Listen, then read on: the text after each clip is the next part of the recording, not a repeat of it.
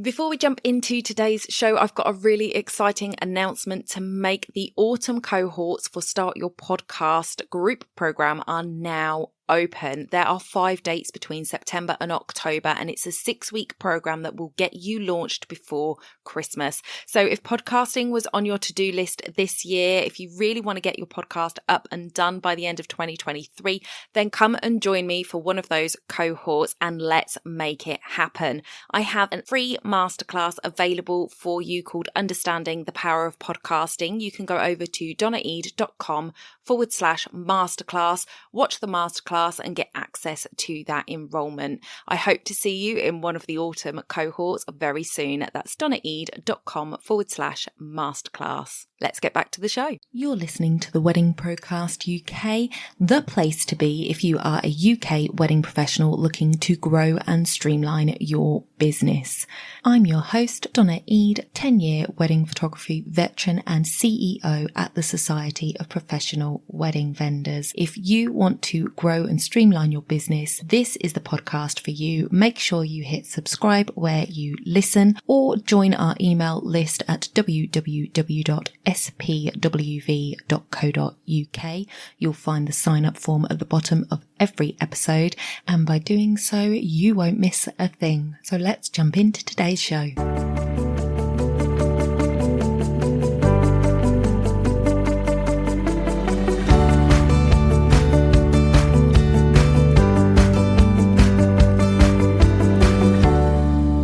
Welcome back to the podcast, everybody. I am just buzzing with excitement about today's episode.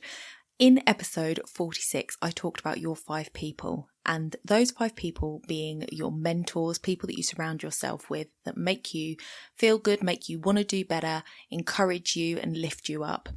One of my people, one of my 5 was Stu McLaren. So I'll link that episode in the show notes if you missed it, and you can go back and listen to it.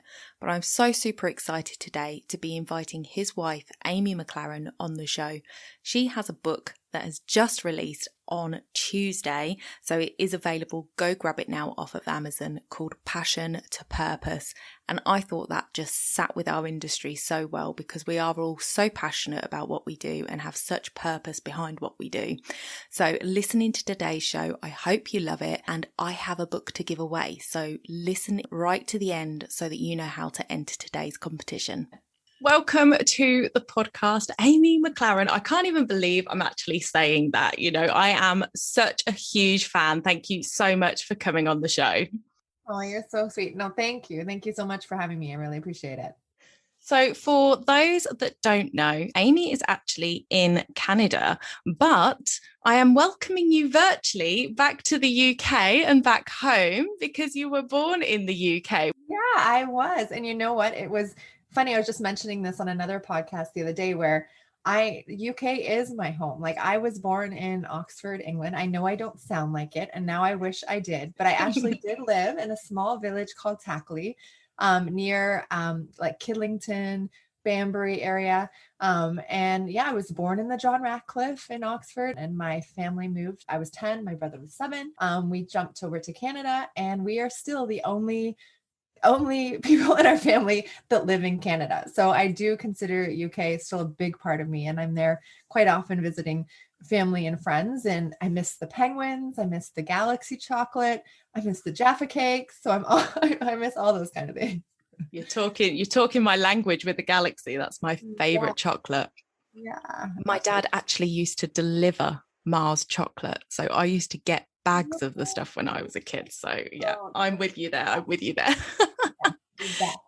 So what I would like to do first is do a little bit of an introduction. So for my listeners, they are wedding professionals in the UK wedding industry. So they are not so based online. Now, I've been following Amy and her husband, Stu, for years. I'm not a stalker, honestly, but they are very, very big in the online world. And if you are an online business person, you are sure to come across them at some point if you haven't already. But for my listeners, they probably haven't heard about you and Stu. So why don't you just give us a little bit of an introduction to who you are and what it is that you do? Yeah. So my name is Amy McLaren. My husband is Stu McLaren. And like you said, a lot of people know my husband more than myself. So my husband has a lot to do with memberships and creating recurring income. And for myself, I am an entrepreneur as well. I have my own business that is called Lady Strength. So I run adventure trips for women to help get them out of their comfort zone. And then I also run our charity that my husband and I founded called Village Impact, where we build schools in community. It's a community-led organization. So we work with communities in Kenya to build schools in small rural communities. And then I also run another passion-led business of mine is running an Airbnb business. So I have a luxury Airbnb I run as well. So on top of those businesses, I also am a mom. I have a 10-year-old that I swear is going to be, she feels like she's 16. I don't know, but she is our first generation Canadian because like I said, we are from the UK. And then I also have a little guy I adopted from South Africa and he is 7 and we adopted him when he's 1. So that's kind of a little intro to myself. And not forgetting Callie. Oh yes, our Yeah. dog. Can't forget Callie. I know my kids would be all over me for that. Yes, we are also, I guess, a fur. What do people say? A fur baby. Fur baby. We have an Australian Labradoodle we've had for 2 years that cuddles with us all the time and is a huge part of our family as well. She makes some appearances in some of Stu's videos when she gets a bit excited. So we're all very well versed in Callie in the tribe communities. But we are not here today to talk about Stu or tribe. We are here to talk about you and your book, A Passion to Purpose. I'm really excited to dive into the book. And we will get to that in a little bit. But first, I wanted to talk a little bit about passion, because I feel that in my industry, in the wedding industry, people feel like they are working in their passion. It's a high percentage of people that work in the wedding industry do it because they're passionate about it. But how do you define passion? Yeah. So passion for myself, and I think, some other people is where like you're doing something that is so exciting that everything else like seems to fade away. Like it's an engagement with what you love and truly love to do. So it makes me think of, my daughter and her reading. You've probably seen in some of Stu's videos where, my daughter is an avid reader. She has been a reader since she's 3. Like she polishes off, I hate to say this, probably more books than I did at one point, the way she reads. But she gets into her books and she's so caught up in them and she's so in the story that you could be doing anything around her and she is just into the story, and she cares for her books and she carries them around with her and she's passionate about the stories. And I think when you're engaged to something of that level, it's something you're truly passionate about. I mean, it's like me with traveling. Like I'm a bit of a gypsy. I'm an obsessed person that likes to travel like all the time. And it works well with my husband and I being entrepreneurs because we have the flexibility to do that. But I'm like, I could get off a plane in a completely different country with a completely different language and be on cloud 9. Like that is exciting for me. It doesn't matter what's happening around me. Like everything could be falling apart, but I would be so excited to be there and be in the moment that way. So it's definitely something that you're excited to do every morning when you get up. It's something that brings you alive. And I really truly believe when we're truly passionate about something, it brings out the best version of us. We become this like best version of ourselves, which then turns into like the best wedding planner or the best mom or the best friend, because we're really truly living and coming through a place of passion. I love that. And I actually wrote down a quote from, I haven't read the whole book, like I said earlier, but what I did read, I absolutely loved, and I can't wait to get hold of my proper copy in physical. But the quote was, in many ways, when we are connected to our passion, we don't think about what we can't do because we are so excited about the possibility of what we can do. And I was just, oh, yes. Because when you're thinking, it's like when you start a new business, or maybe for your audience and you're planning somebody's wedding and you're thinking about all these possibilities, and because you're passionate about it, it's like the sky's the limit, and you think of like all these other creative things that you could do, and the different ideas and the different little touches that would make the bride happy and the family happy and make the memorable event that everyone talks about for so many years, right? And yeah, it's possibility. It's like your mind goes to so many places that what could happen. It's so good. It's so good. I loved that. So I think that a lot of people, like I say, in our industry are doing it because they're passionate about it. But I also think that leading a passion-filled life isn't just about doing a job that you're passionate about. So can you talk a little bit around sort of some of the myths that people have of living that sort of passion-filled life? Yeah, because I mean, a passion, people can have multiple passions. Like I said, a passion for me is, is really giving back and that side, which is my charity, but then the travel and the experiences of the other side. So a lot of people have different passions, but I think sometimes some of the myths that holds people back is, that it costs a lot of money. There's this kind of idea that, oh, like for traveling, travel, it's just too expensive. But you can travel on a shoestring budget. Like Mm, and you can travel and there's ways to do it creatively where, you don't have to stay at all luxury places. There are cheaper options to do it and other alternatives. So even when I think of, say, they liked bird watching or something, so you're doing wedding plan be like bird watching, it you can just go and watch the birds. Like you don't have to go on a big thing. There's just so many creative ways to do it that I think oftentimes that people think it costs a lot of money, when I encourage people to think the other way and say, how can I do it differently, or how can I plan on that budget? I mean, I traveled through cheap countries like in Southeast Asia and Europe on a shoestring budget. Yes, I didn't have kids and I wasn't married, I was by myself, but you can still do it in different ways. yeah. And another thing I think that people have is, that it's too time consuming, or maybe it's seen as like a nice to have, like it would be nice to do that. Mm, But my challenge to that is like, we all want to live doing things that we enjoy. So why it shouldn't be a nice to have. It should be a priority on your list to include it. Whether that's 5 minutes a day or 10 minutes a week, or even these little times. That's We're on this planet to enjoy ourselves and to live a passionate life. And doing something you're passionate about doesn't have to cost money, and it doesn't have to be all time consuming. mm, Yeah, and then I think the last thing I would add to that is, maybe on another scale, is that people often think that, like, for example, if someone was making jewelry, they would be like, oh, well, that's something I do for my friends or for my family on the weekends, or it's like a hobby, or it's pushed to something that's on the side. But then I encourage people to look around a little more and research, because there's a lot of people, maybe like some of your wedding planners, that are living passionate lives using their passion as that has become a mm. full-time thing. Like I think of people in, like you mentioned, the Stu's tribe community. I mean, there's people in there that, I have her name here, I think it was Tamara Bennett, like that he talks about, that makes the decorative door hangers. Like there are so many different things, like, and even in my mastermind, I have a lady that loves crafting, and she creates crafts and has a big membership. Mm. Um, so there's all these opportunities that can be turned into, I think, a career or that direction. But then at the same token, it doesn't have to be. We could all have 3 or 4 passions, and we can all make 5 minutes or time of the day to fill that bucket or to fill that part that brings us joy. So I just don't think it should be ignored. It should be a priority.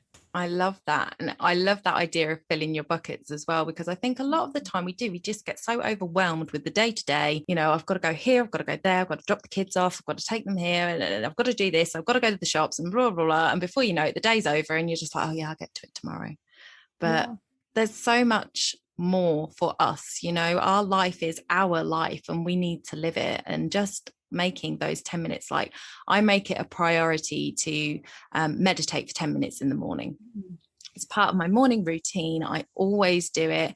And if for any reason I don't do it, I make sure that I do it at the end of the day as well, before I go to bed, so that it is done, because it's just my moment, my time for me. And I think it's so important that we include those times in our day. And if you can do something that you're really passionate about with that time, even better, even better. Yeah. So, And I think, like, it's important not only for ourselves, but if you have young ones at home and kids, and you're a mom, it's important for your kids to see that you're carving out that time and taking that time to do what you're passionate about and what you love, and for yourself. yeah, sure. Mhm. I agree totally.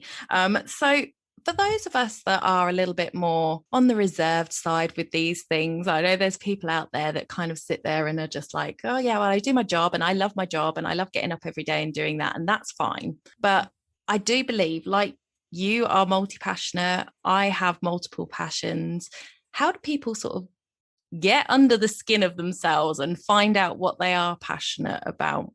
Yeah. So I think oftentimes, I mean, I know I've struggled with this, and a lot of other women and men too have, where, like you said, you get busy in life, right? And things happen. And like all of a sudden it's 5 o'clock and it's like the day's done. And then all of a sudden, maybe 1 week's done, and then a month, and then like a year passes, and you're like, oh my goodness, what did I do for like the last like year? But I think it's important to take the time. And one way to kind of maybe unlock passions that are there, because I think everybody has passions, but sometimes they get kind of like piled on by other stuff. It's like an onion, right? And it's like you're taking off all these layers, and underneath there are still some things that are there, but they get pushed down or not seen as a priority. So what I've done before and encouraged people to do is kind of like make a passion timeline, and to just take 20 minutes, just like sit down by yourself. And it's so simple, but just draw like a simple straight line and do increments of like 10, 20, 30, 40, 50, 60 to however old you are, and take a minute and go back and revisit those things that you like to do when you were 10, when you were 20, when you were 30. Because, when I think of myself in my 20s, like, I like to think that wasn't too long ago, but like I'm 40 today. So that was crazy to think that that was half Me my too, life, me too. right? Yeah. Like, but I think about, what was I doing when I was in my 20s? Like, what was I doing even as a kid? And it's funny because when I do this for myself and I look back, I've always been organizing events, and it kind of leads into what I do today. But it's like I remember doing summer camp when we first moved from England when I was 10. I would babysit the kids on the street, and I created a summer camp experience. And then I asked my brother to videotape it, and then we upsold them on the video, or the families for the video. And it's funny because when you look now in our online business, there's always these multiple revenues that you may have, right? So my brother would do the video. I would like sell spots to the camp, and then I had the whole street coming every day, and made a little money that way. And but again, it's like organizing and creating these experiences. It's what I've always loved to do. So I think sometimes there's common threads in there, but it takes time to go back and to revisit those things. And then I encourage, once you've kind of gone through those time periods in your life, it's asking like family and friends what they see lights you up. Because I often think that we can feel when something lights us up, but when somebody else can like identify that and kind of reaffirm that it does, it kind of shows that you're on the right track. Like I think of when so I do these crazy adventure trips through Lady Strength, and I've rode a motorcycle across Morocco, a 50cc kids motorcycle, with nowhere to stay, and like had to find a stay every night. And then I also did this adventure through India where I rode a rickshaw. So I didn't like bike, but I like drove the rickshaw for 1,200 kilometers down the India coast. And again, we had to get to a different hotel every night. It was kind of like this big adventure. But as I was doing that, I was posting about it and sharing stories. And one of Stu's friends messaged him and was like, I've never seen Amy come so alive. Like I see it in her charity stuff, but I see her like driving this rickshaw through India. And some people would be like, what? Like that is not my thing. But for me, it's what truly lights me up. It's the adventure, it's the excitement. And it just affirmed to me that like other strangers that I knew that person, but other people had commented too. And for strangers and family to comment and see that in your face and see that in your eyes and see it come to life was really valuable for me. So I think it's definitely like finding, the timeline and asking friends and family. But then the last two steps would be like selecting one or two of those things that you've identified. And then it's like, okay, I've selected them both, but now you have to commit to it. And I encourage you to like just pick one thing, commit to it, and put, whether it's like we said, 5 minutes a week, like you're doing with your meditation, or 10 minutes a day, and do that. Because that's, like we said, we're here to live a passionate life and to enjoy life. And that's through our passion. And that leads to I strongly believe it leads to your purpose and where you're supposed to be in life. But you have to commit and take time to, identify those and then sprinkle them into your life some way that works. I think that is so true. And I love the way you say that the passion leads to your purpose, because obviously that is the title of the book. So I'm excited to get into that a little bit later. But I wanted to talk about Village Impact, because I am a huge fan of what you guys are doing with Village Impact. I am an ABAer and very happy to be contributing, and I love seeing what you guys are doing out there. So how did your passions, and I suppose it's kind of probably coming out, people will be able to sort of pick out this, but how did your passions lead to Village Impact, and how did Village Impact come about? Yeah, so like, as I've mentioned, I obviously have a huge thing for travel. And I think my journey has been influenced not only by travel, but the desire to help others. And it started for me like back in the UK. Like it was back when I was living in the UK, because my mom and my dad were really great at traveling as kids. I mean, I'm so jealous that you live in the UK, and I wish I was back there sometimes, because you have so many countries at your fingertips that you on the doorstep pop over to for like, a weekend. And that just wouldn't happen being in Canada. But, we grew up traveling and doing different things as a family. But something my parents were always really good at was, and what I benefited from, I believe, was always thinking about other people. I mean, I can count the times that my mom invited strangers over for a Christmas dinner or a gathering, because this person had nowhere to go or no family at that time. So we were always welcoming people to our home. We were helping in soup kitchens, homeless shelters. Like we just did it as a family. And that kind of common thread of giving back continued. When in my 20s, I kept returning to the UK, where I taught a lot of at English international language schools. So I taught English there for a while to all the like Italians and people from different countries would come to the UK that you probably know to learn English, right, for summer breaks. And so I would teach there. And then at one point this was crazy to me, at 20, I think I was 24, I was directing a whole school with like almost 1,000 kids and 24 staff, which was like crazy. But then it was those experiences of like learning from other cultures. And I moved to Thailand and I lived with a Thai family. And what really lit me up over all these times was just how much we can learn from other people and other cultures, and working together with these communities that I lived. Like when I was at a refugee camp, it was the same thing. Like you learn so much from people when you are in that space. And so I continue to do that and lean into that and follow that passion for that. And it kind of came to, I guess, what would you say, to a head or to like fruition when Stu and I were on the couch watching Oprah's Big Give one night. And for those of you, I don't know if you've ever heard of that show. Yeah. Okay. So mostly everyone knows Oprah, but Oprah also did the show Oprah's Big Give, and she would basically transform, a community, or by helping a family by going in and helping them. And Stu and I used to watch it, and we'd both be in tears. And I said to Stu, and I'm like, I want to do this. And because who doesn't want to be like Oprah? But I was like, I want to do that, but I want to do it internationally, because I love that learning from other people and working from different cultures. And so I'll never forget, it was like December, and I was teaching full time then, because before I entered the entrepreneurial space, I was a grade 1 teacher for about 10 years. And I'm like, that's what I want to do. Like, I want to do that. And he's like, but Amy, like, when do you want to go? And I'm like, Christmas is when we're going to go. And this was like 2 weeks to Christmas. And he's like, Amy, we can't do it. And I'm like, no. I'm like, as you said, like Stu, I'm like, he's always been business oriented. I'm like, you figure out how to raise them some money. I'll do all the travel details and we'll do it. And he's like, no, it's like too soon. I'm like, no, let's try. And so we did. And we asked like 6 entrepreneurial friends in the space if they would share their predictions for that upcoming year. And then we charged people to be a part of the call. So it used to be called like a teleseminar, which is now a webinar. And we raised like $14,000 in this 24-hour period.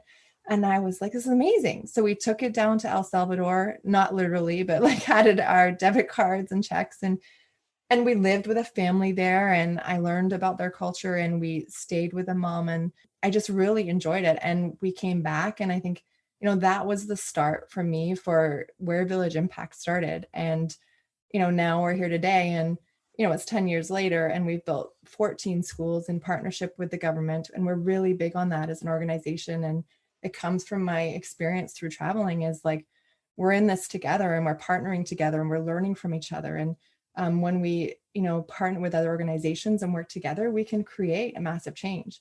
And so, now we partner with organizations, we work together, and we've got 14 schools now. And I think we're close to 5,000 kids in them that are all, again, sustained by the government in our partnerships that we have on the ground with them. But that was, in a sense, in a short version of the story, how Village Impact started. But it was myself just following that desire for something that I was truly passionate about, that has led to an organization that's become much bigger than I ever thought, it was no big plan. Like, I didn't have a master plan at all.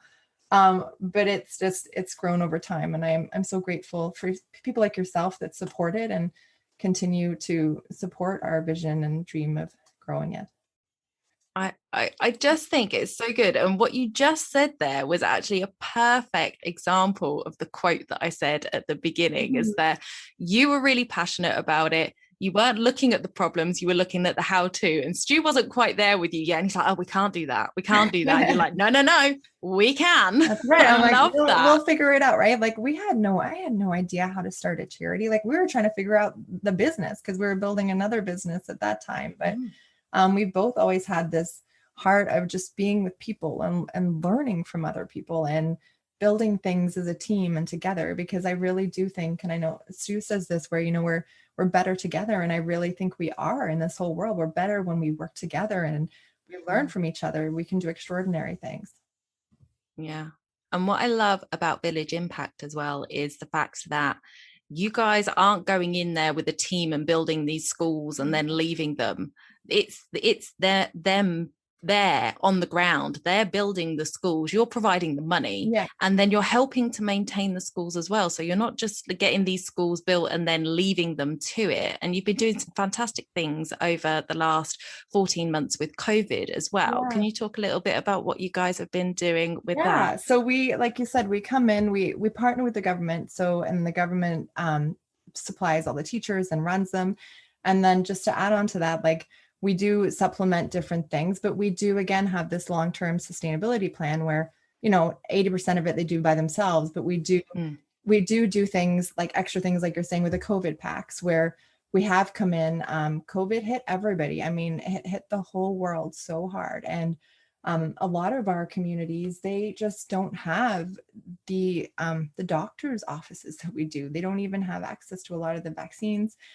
So we partnered again with a local community that was making soap, and we did a soap distribution to, all of our schools and all of the families, and then a mask distribution. So again, partnering with our communities, we found a local organization that made masks, and we supported them to get some more masks out to the communities. And I hope it's getting better, but it's, what people don't see too is, like, they're so behind us in terms of things coming out. Like, here in the UK and North America, we're so lucky to be able to, I just had my second shot the other day, and, whereas they're still far behind in getting and being able to access things like that. So we just, we dove into the community and saw where we could help, but again, partnering with people that are already doing those things and then enabling them to get them out to more people in the community. Yeah. It's so good. It's so good what you guys are doing. It's amazing. And it's just come from this passion. It's like, it's not an organization that's been set up. It's not that the need has always been there in Kenya, obviously, but you're not living there. So it's not like when sort of charities come up from the fact that it's in somebody's face, or, somebody starts a cancer charity because they have cancer, or somebody in their family has cancer, and they start this sort of ball rolling. You went out there and looked for somebody to help and have created this amazing charity. I can't say, it's honestly, it's our community. It's our, our Kenyan staff on the ground. It's the Kenyan NGOs that I work with that like we really are community led, and I'm a face to, like, you know, along with our team to help spread the word and see what we can do. But, you know, it's a community, it's a team effort, and it is definitely, we've had an impact, but it's been a community impact of what we've been able to do. Yeah. And that's what I love. I love it. It's that you let them guide you as to what they need. And that's just so much nicer than kind of some charities that I've seen that kind of go in with this sort of hero, let's save the day. And then they save the day and they walk away, and who knows what happens afterwards. I just love that community that you have built there, and that you've got staff in Canada. You know, I've been you know, I've spoken to a couple of the ladies on your team over the last few months and things, and then you've got the staff there, and you all work together to make it work and to keep it going, which is fantastic. Thank you. So you've written this book, Passion to Purpose. Where did that come from? Where did the idea come from? What prompted you to start writing a book? Yeah, you know, it's funny because I never really thought I would write a book. I got to be honest. I haven't been like one of those people that, you know, or a person that's just like, I'm going to write a book one day. Like it definitely wasn't on my radar 5 years ago. But I remember the CEO of Hay House, Reed, he's a great friend. And he was always like, you should write a book and share. And I'm like, no, not yet. And then I think I got to a point, and I think the thing that was it for me is I had so many people, you know, after Stu and I would speak or we'd share about business, charity, life, kind of like really everything, and how we run our, people were always asking a lot of questions. And I would have some people say to me, you know, I don't have the funds to be able to donate or to start a charity. And I don't believe you don't need to. Like I did go that route, and I'm grateful. I love it. But you don't need to, you know, start your own business. You don't need to start a charity. Like you can have an impact with the tiniest things, like the littlest things that you do every day. Add up. They add up to the impact that you make. And in the book, I mention a lot about legacy towards the end. And I truly believe that legacy isn't created in a day. Like it's created over the little things we do every day that leaves our legacy. It's kind of like, you know, friendship. It's like you have a friend. Would you want a friend that just shows up and says hi and then leaves? Or do you want a friend that is there through the hard times and the good times and is there consistently? And it's the same with building an impact or having a legacy. It's showing up in the little ways. And people would often say like, I just can't start a charity, but I want to encourage people. And that's what this book is about, where it's like, it's like using our passions and what we love to do and how we can do more good with those. So for your wedding planners and all the contacts that they have and people that are listening, it's like, what can I do today? Because there is something we can do today that can make a difference in someone else's life and in their family's life and their community's life, and just encourage people to do more good. Like, and it can be so simple. You don't have to, you know, start 3 companies and a charity. Like that's our direction and how it ended up. And some days I'm like, wow, we're crazy, but I truly do love it. But, you know, it's all about please and thank you. It's all about, you know, honor, you know, giving away a free lesson to somebody that needs it. Or it's using what you're passionate about and then seeing how you can make someone smile, how you can make your life better, how you can partner with someone and make a difference with what you're passionate about. So that's why I wrote it. I love that. And I think that when it comes to passions, like you say, a lot of people think that if they want to make a difference in the world, they've got to do some grand thing, and it doesn't have to be that way. I mean, I as most of my listeners will know, I cut my hair off in April. I saw that when I was flicking through your Instagram. And you know, together my community raised £1,400 for cancer charities. So, you know, that was something that was within my power. You know, I haven't got the ability to start. I mean, maybe I could if I was passionate about it, start my own charity, but I I like to support charities that are already there. Yeah. I don't want to sort of conflict with something that's already there. So if I was to start one, I'd want to be something that's untouched. So I like to support things that are already going and sort of help in those areas. So supporting that was really good. And then Facebook do the thing where when it's your birthday, you can raise money for charity through Facebook. And I did the same thing. It's my 40th birthday at the end of June. And I said, if you want to sort of celebrate my 40th with me, contribute to Stand Up for Cancer and Stand Up to Cancer. And I did that and raised another £75. Wow. And, it's not a huge amount. No, but it's a little amount that makes a difference. It all makes a difference. Totally. It totally makes a difference. And the biggest thing for me is like, people are watching you do that, and it helps spread the good vibes and like the good, it's good. It's like I look at, my daughter's 10 and she's watching everything that we do. And as a parent, I'm like, sometimes it's like, I think she's not listening. And then she comments about something and I'm like, oh, you listen to that. But it's all about, it's about living our, like as a parent where, I want her to see what's possible in life by what she's watching me live mine. And we talk about, being kind and spreading goodness. Like we have to stand up and show that example ourselves of the good that we can do. And you don't have to donate $100,000. You can do good things with your passion without it costing a penny. Like there's, and the more, can you imagine the world if like everyone just did more good with their passions and the impact in the world and how amazing the world be? And it is an amazing place, but like to make it a little even better. Yeah. Absolutely. Yeah, for sure.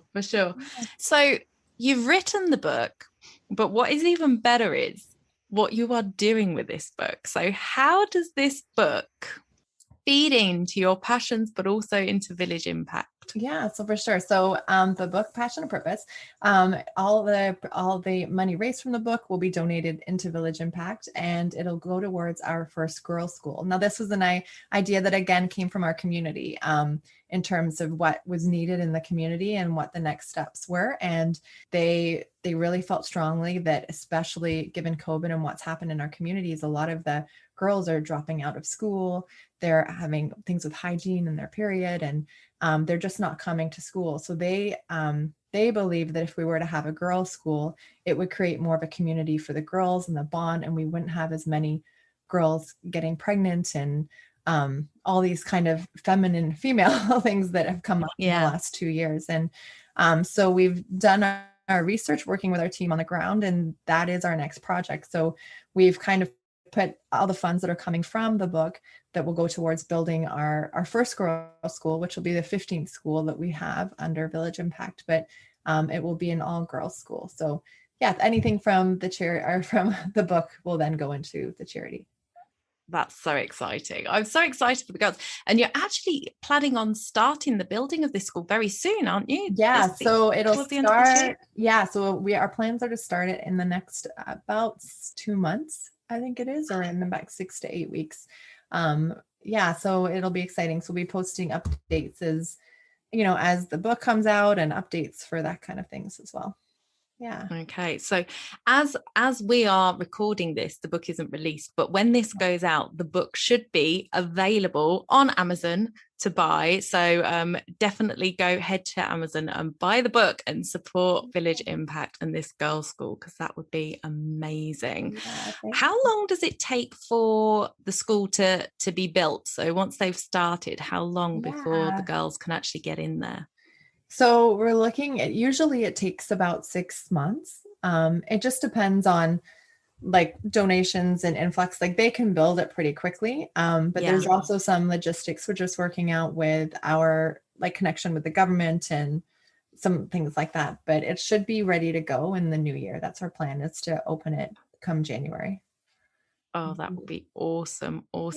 So, Amy, where can people find out more about you? I will definitely link for the book in the show notes, so do head to that. But obviously, Amazon, Passion to Purpose, and it will come up. So do go and buy that. But where can they find out more about you? Yeah, so if you go to amymclaren.com, it houses the Lady Strength stuff and myself. And then if you wanted to check out our luxury Airbnb, that is my third and latest passion activity, you can check us out on Instagram, and it's at Dover Lake House.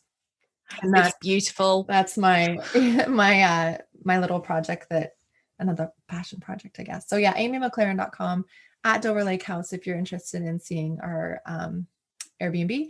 And then Village Impact obviously is the charity that you can find out more. Brilliant. Thank you so much for coming on the show today, Amy. I will make sure all of those links are in the show notes, guys. So head over to the website to find all the information and to connect with Amy. Thank you so much, Amy. Thank you so much. I appreciate it. We'll see you again soon. Bye for now. Okay, guys, that was it for today's episode. I hope you loved it as much as I did. As I said at the beginning, I promised you that there was a competition. You can win a copy of Amy's book. All you have to do is to screenshot where you're listening, screenshot on Apple, iTunes, Spotify, on the website. Just screenshot that on your phone and share it to your Instagram stories and tag me, Donna SPWV, and give me one thing that you took away or one thing that was sparked by today's episode. Share it in your stories, tag me in it, and you will get your name entered to win Amy's book. And hope you enter, hope you win. Grab the book right now. If you win, you can gift it to a friend. Speak to you soon. Bye for now.